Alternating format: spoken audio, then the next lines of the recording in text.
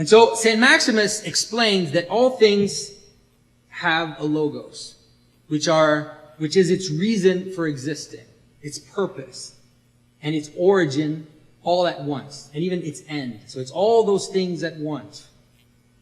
And on top of that, each thing has a multitude of logi. That's a word you've probably never heard before. The logi is the plural of logos. And so the logi, they're like the different qualities of things. So the blueness of the blue, or the slowness of the slow. And all of these logis are brought together. They're woven together, we could say, to sustain the existence of the world. It's really a map of meaning, to use Jordan's words. Now these logi, these essences, let's say, of things, they don't exist independently in the same way that scientists believe things exist out there. Rather, they exist as they come together, as they are joined together in our encounter with the world, in a pattern, we could say.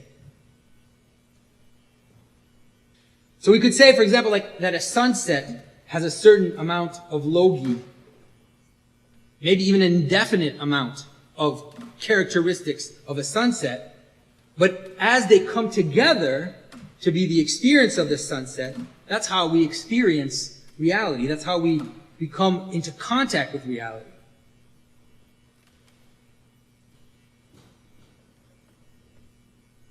So all these qualities, let's say light, color, vertical, horizontal, and the things, the sun, the sky, the earth, all of these things, and I could go on, there's an indefinite amount of them. What's important in making that experience real is how all those logis are united.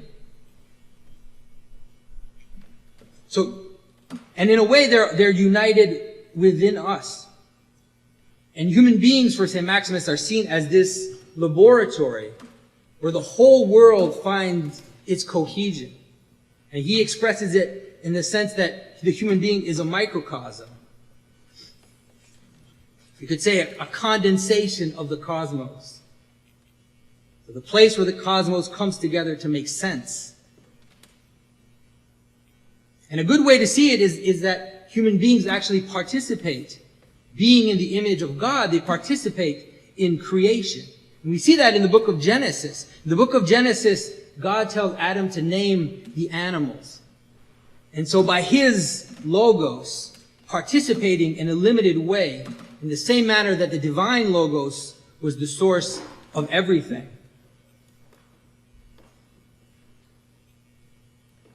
And the human participation in this process is not a relativistic thing.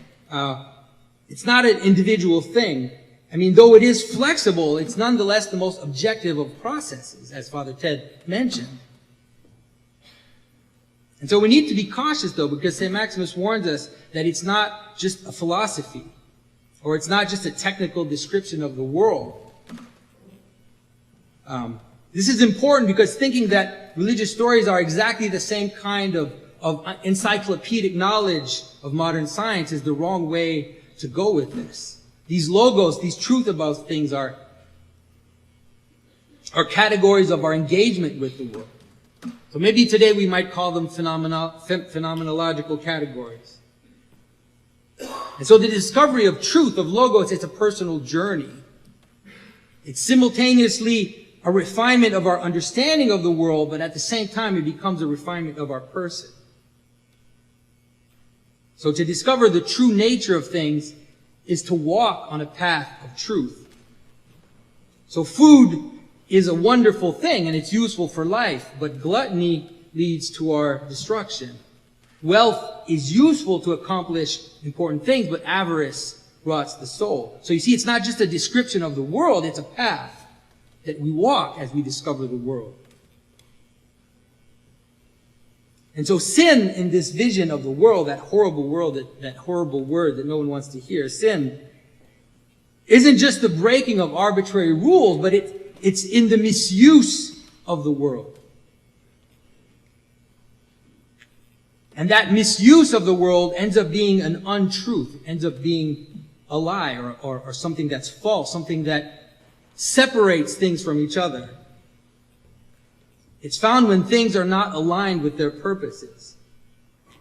So, for example, a person is not only a tool for my own gratification. A person is not just a tool so that I can advance myself in the world. And if I treat a person exclusively like that, then I will inevitably sin against that person. I mean, of course, it doesn't mean that a person cannot act as a tool for my gratification. If I go see the baker and I get bread from him, he's the method by which I get my bread, but the baker is not just a baker. He is a full person just as myself. So when we steal or we lie or we cheat, it's because we're not considering the person facing us to be a full-blown person, to be what they are according to their logos. But we see them only as limited things, only as tools. So this is true of people, of things, and of actions.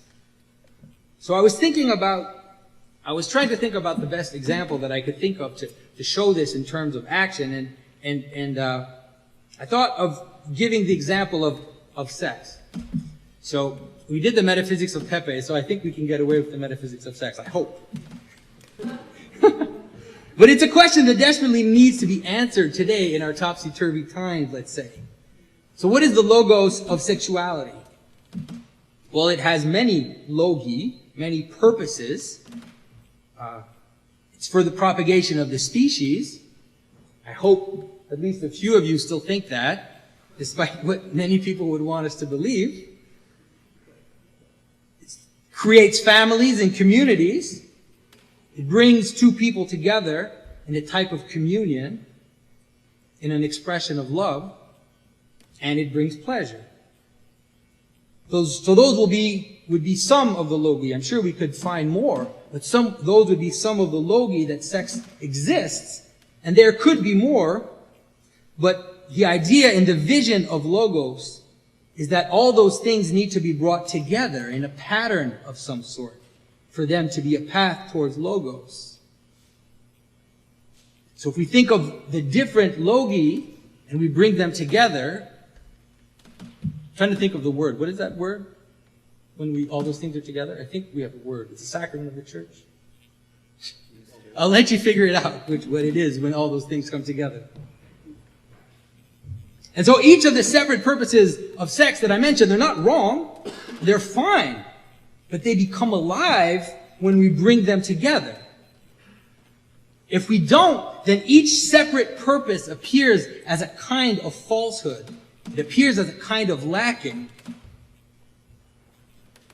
But that's not enough. Let's say for a truly traditional or a truly complete vision of sexuality, it cannot end there. It has to move towards the infinite. It has to move towards God. And so the ultimate logos of sexuality is to be an image of the mystical union with God. I mean, it's to be an image of our union with what is beyond us. I mean, in that image of the mystical union of God with the soul, of Christ, with His church, the marriage of heaven and earth is a completely traditional image that we find in the church fathers or in our tradition. And so that image of the ultimate union, the highest union with the infinite, then it comes back down into the multiple logi. All those other reasons for sexuality that I mentioned, and it fills them. It makes them participate in a transcendent purpose and becomes the very relationship that binds them together. And everything in our life can follow that process. Work, food, sleep, beauty. And to engage the world in that frame is to find light everywhere, to see life everywhere.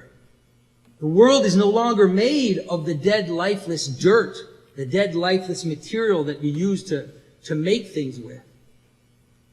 And as we become better as people, more truthful, more grateful, more free, as we come closer to one another in love. And by the way, that's what love is.